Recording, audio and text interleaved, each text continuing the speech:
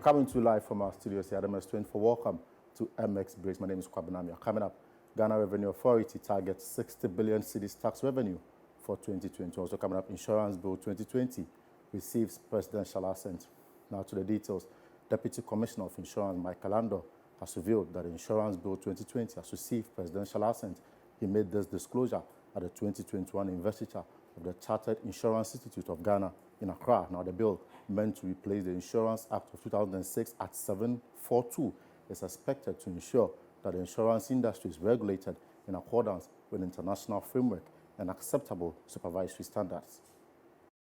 And they affect regulated entities and other parties. And you need to set effective dates for implementation of those provisions. So those are the transitional arrangements that need to be made for the implementation of the bill.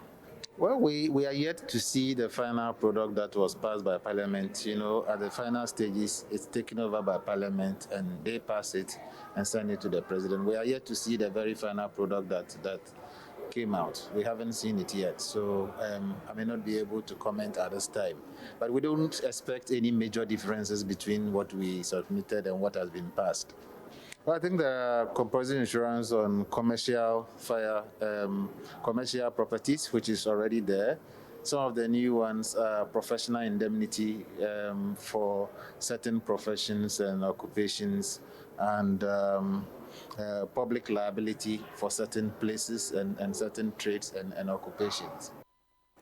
Now, the Ghana Revenue Authority, GRA, has set provisional tax revenue target of 60 billion cedis for 2021, representing a 32.3% increase over the 2020 actual collection of 45.3 billion. Among the measures to achieve the 2020 revenue target is the introduction of a new excise tax sum with enhanced security features, which are difficult to duplicate from the 1st of January 2021. Now, Amishadai Owusu-Amoah as Commissioner General of the Ghana Revenue Authority.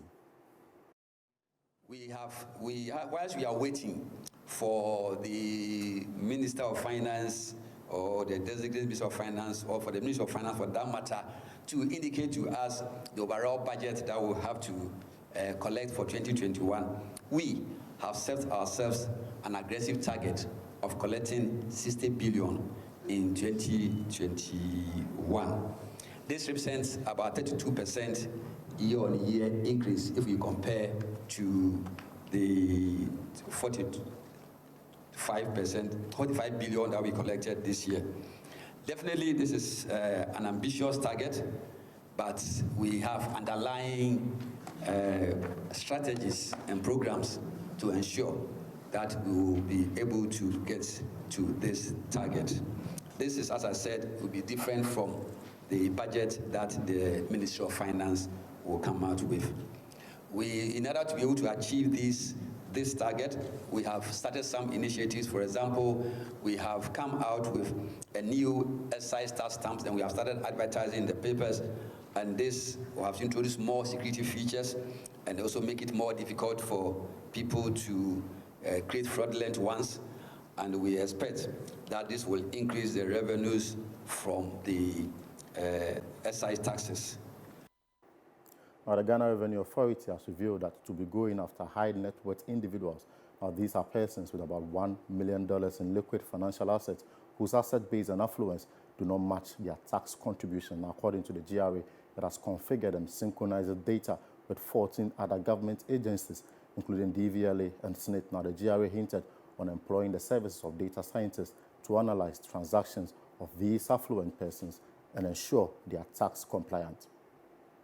Again, high net worth individuals, we have also set it up as a separate department and focusing on people that have who should come out with the exact level of categorization so that we'll be able to get more revenue from this area.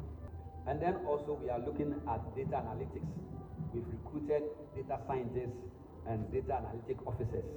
And these data scientists, data analytic officers will be able to do receiving data from about 14 institutions, and they'll be analyzing it, and then through the data analytics, they're able to identify people that are potential non-compliant taxpayers, and they'll be able to make them compliant. In other words, for example, if they do analytics and find out that you are using, let's say, a Mercedes-Benz ML from the data we gather from DVLA, but your tax is 50 cedis. Automatically, the system will tell you something wrong here, and we have to do further and see maybe is it a gift, whatever it is. And then before we realize, they will come to you and say, we don't think you are paying the right tax. There are situations where people will file, when you go to Senate, they will give Senate 50 people as their employees. When you come to GRA, they will give you 20 people as their employees. So whilst in Senate is 15 people, in GRA they have 20 people. All these analytics will be doing.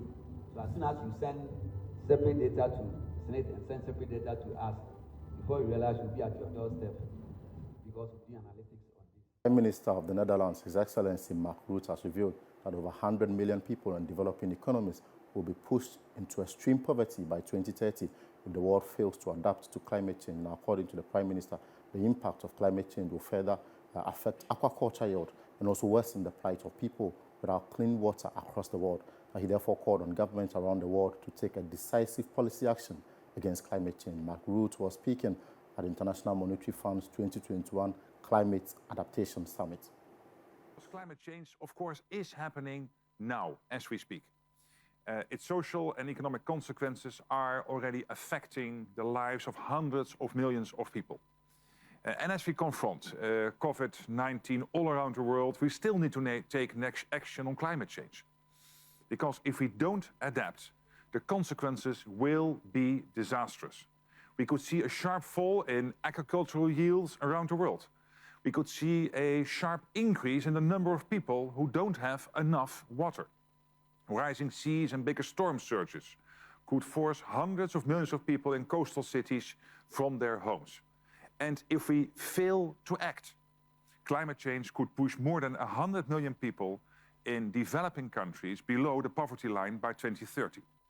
It's time to look at the performance of the cedi against the major trading currencies. We begin with the US dollar selling at 5 cedi 76 pesos, of course, with a 0.01 differential for the buying price at 5 cedi 75 pesos. The pound sterling pegged at 7 cedi 87 pesos.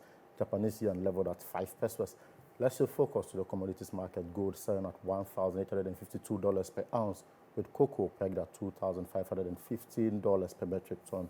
Crude prices leveled at $56 per barrel. These are the figures as usual for those within the financial sector. That's it for MX Breaks. My name is Kwabena. I'll keep watching MS24.